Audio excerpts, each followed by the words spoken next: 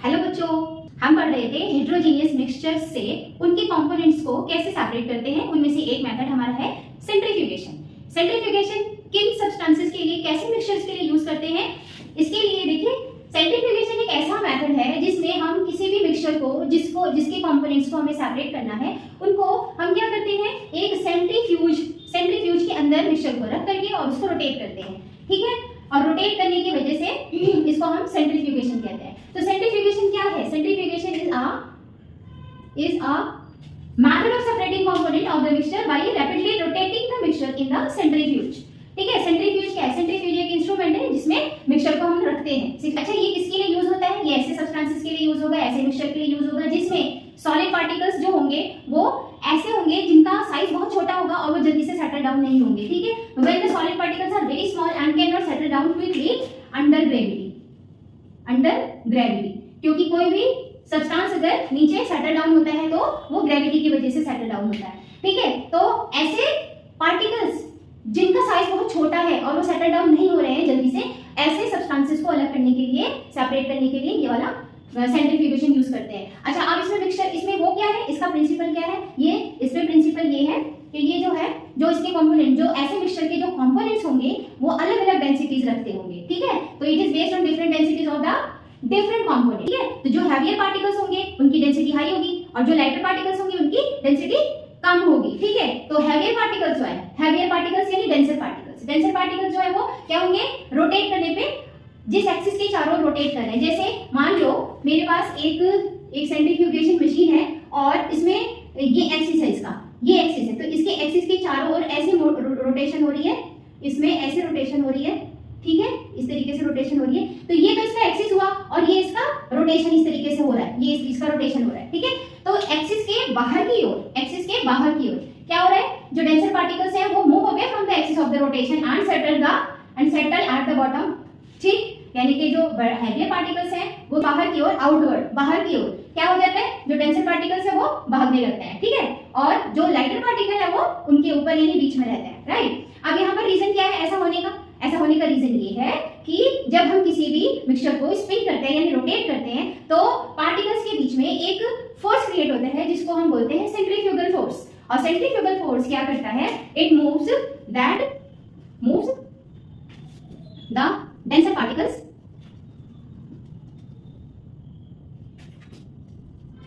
Away from the axis. ठीक है, और ये अवे फ्रॉम द एक्सिस होकर के क्या हो जाता है, it settles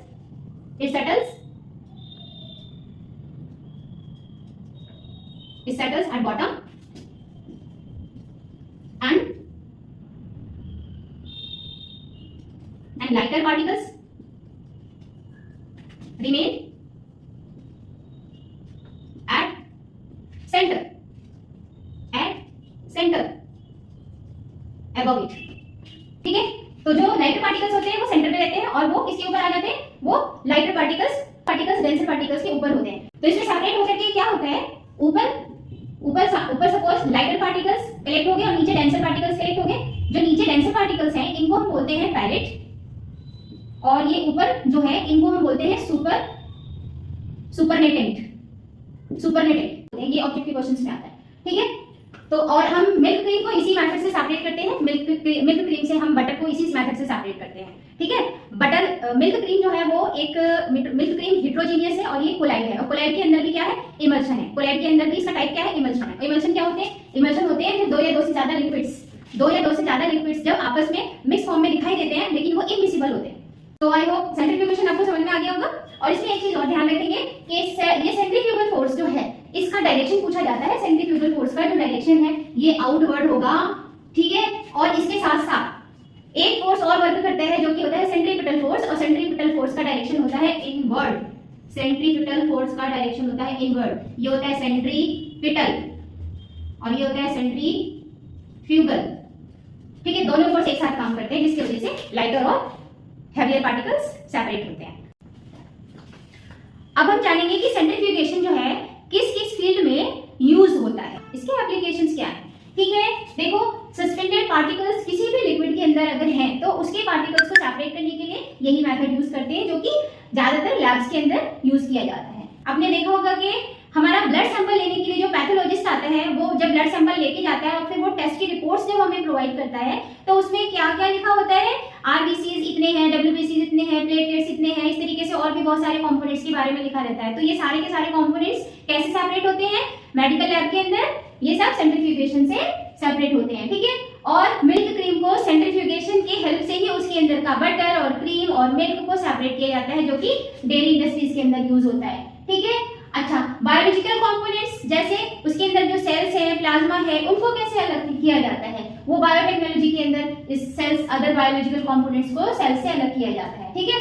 to separate the particles according research laboratories, research laboratories में डिफरेंट पार्टिकल्स को उनके साइज के बेस पे सेपरेट किया जाता है, ठीक है। तो इस तरह से क्या होता है, सेंट्रीफ्यूगेशन यूज होता है डिफरेंट इंडस्ट्रीज में। अब हम पढ़ेंगे पेपर फ्यूज।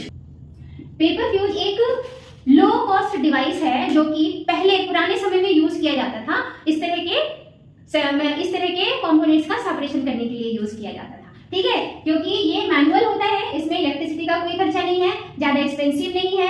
और ये होता कैसे है, ये एक पेपर और एक स्ट्रिंग की हेल्प से ये बनाया जाता है, जिसकी वजह से इसको पेपर फ्यूज कहते हैं।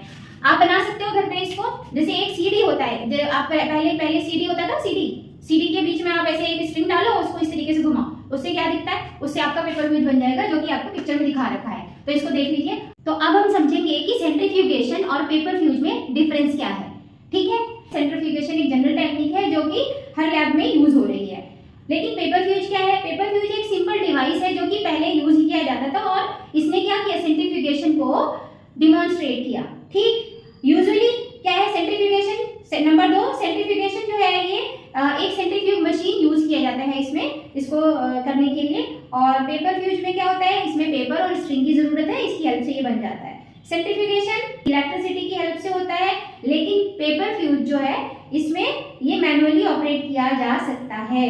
सेंट्रीफ्यूगेशन लैबोरेटरीज में और सारी इंडस्ट्रीज में यूज हो रहा है, जबकि पेपर फ्यूज जो है ये लो कॉस्ट एप्लीकेशन है जो कि सिर्फ डिमॉन्स्ट्रेट करता है सेंट्रीफ्यूगेशन को, ठीक है, और इसका कोई यूज नहीं है। तो इसके बाद आपके लिए क्वेश्चन है जो कि आपको करना होगा ये होमवर्क में, explain how a paper fuse demonstrate the principle of centrifugation. ये क्वेश्चन है आपके लिए और इसको करना है, ओके। नेक्स्ट मेथड है कोएगुलेशन। कोएगुलेशन अगेन कोलाइड्स के कंपोनेंट्स को सेपरेट करने के लिए है, और यहाँ पर कोलाइड्स जो है, कोलाइड्स के कंपोनेंट्स ऐसे हैं जो कि इलेक्ट्रिकली चार्ज होंगे, जैसे मडी वाटर से मड को अलग करने के लिए यानी मिट्टी को अलग करने के लिए कोएगुलेशन को यूज करते हैं, और इसमें एक केमिकल सब्सटेंस का भी यूज किया जाता है। तो ये प्रोसेस क्या कहता है, coagulation is a chemical process where tiny electrically charge colloid particles in a liquid lose their charges, और चार्जेस जब वो लूज करते हैं तो क्या होता है, वो क्लम्प टुगेदर, वो उनके क्लम्प बन जाते हैं, ठीक है। क्लम्प बन करके वो बड़े बड़े मासेस के फॉर्म में इकट्ठे हो जाते हैं, जिनको हम फ्लॉक्स कहते हैं। और ये जो फ्लॉक्स हैं ये बॉटम पे सेटल डाउन हो जाते हैं अंडर ग्रेविटी, ठीक है। तो ये यहाँ पर आप लिख सकते हो, ठीक है। अब ये क्वेश्चन है कि ये कैसे वर्क करता है, इसका प्रिंसिपल क्या है। देखो यहाँ पे डेफिनेटली यहाँ पे चार्जेस वर्क कर रहे हैं, ठीक है, चार्जेस यहाँ पर वर्क कर रहे हैं। पहला यहाँ पर प्रिंसिपल है आपका कोलाइडल स्टेबिलिटी, मतलब कि जो फाइन पार्टिकल्स हैं कोलाइड्स के अंदर, उनके ऊपर एक चार्ज कैरी कर रहे होते हैं वो ऑलरेडी, और ज्यादातर कोलाइड्स के पार्टिकल्स नेगेटिव चार्ज कैरी कर रहे होते हैं, ठीक है, यूजुअली नेगेटिव चार्ज कैरी कर रहे होते हैं वो। दूसरा क्या है, म्यूचुअल रिपल्शन। जब उनके अंदर आप कोई एक केमिकल सब्सटेंस ऐड करते हो तो होता क्या है कि आपने क्या देखा होगा कि लाइक चार्जेस के बीच में रिपल्शन होता है और अनलाइक चार्जेस के बीच में क्या होता है, अट्रैक्शन होता है। तो यहाँ पर क्या होगा, लाइक चार्जेस होंगे। लाइक चार्जेस जो है दूसरे पार्टिकल्स को क्या करेंगे, पुश अवे करेंगे, और वो सब पूरे का पूरे पुश करेंगे और वो इवनली स्प्रेड हो जाएंगे पूरे सोल्यूशन के अंदर, ठीक। अब उसके अंदर हम क्या करेंगे, चार्जेस न्यूट्रलाइजेशन का काम करेंगे। कैसे एक इलेक्ट्रोलाइट यानी एलम ऐड करेंगे। एलम होता है फिटकरी जो आपके घर में होता है, एल्यूमिनियम का ही एक सब्सटेंस होता है, ठीक है, एलम, ठीक। तो ये क्या करता है, ये एल्यूमिनियम के आयंस को रिलीज करता है जो कि पॉजिटिव आयंस है, और negative ions already spreaded out है सॉल्यूशन के अंदर। तो होता क्या है कि ये पॉजिटिव आयंस और जो पहले इलेक्ट्रोनेगेटिव आयंस ऑलरेडी स्प्रेडेड है वो कैंसिल आउट हो जाते हैं। उसके बाद कैंसिल आउट होने के बाद जब पॉजिटिव और नेगेटिव आयंस एक दूसरे को न्यूट्रलाइज कर देते हैं, तो न्यूट्रलाइज्ड पार्टिकल्स जो है ये क्या होते हैं, न्यूट्रलाइज्ड पार्टिकल्स आपस में क्लम्प बनाते हैं और बड़े बड़े मासेस के फॉर्म में इकट्ठे हो जाते हैं। अब हैवियर मास होने की वजह से ये क्या करते हैं, बॉटम पे सेटल डाउन होने लगते हैं। इस तरह से सॉलिड अलग और वाटर अलग हो जाता है। इस तरीके से हम कोएगुलेशन की हेल्प से सेपरेशन करते हैं, ठीक है। इसका यूज कैसे कहाँ करते हैं, यूज करते हैं क्लीन करने के लिए, मडी वाटर के अंदर से मड और वाटर को सेपरेट करने के लिए यूज करते हैं। दूसरा मेकिंग पनीर, अब पनीर को बनाने के लिए भी हम कोएगुलेशन यूज करते हैं। वो कैसे, आपने देखा होगा कि जब दूध के अंदर हम नींबू डालते हैं तो एक सॉलिड मास अलग इकट्ठा हो जाता है और वाटरी मास अलग इकट्ठा हो जाता है। तो ये जो सॉलिड मास है ये क्या है, केसीन है, और ये कोएगुलेशन की वजह से ही सॉलिड में कन्वर्ट हुआ है, ठीक है।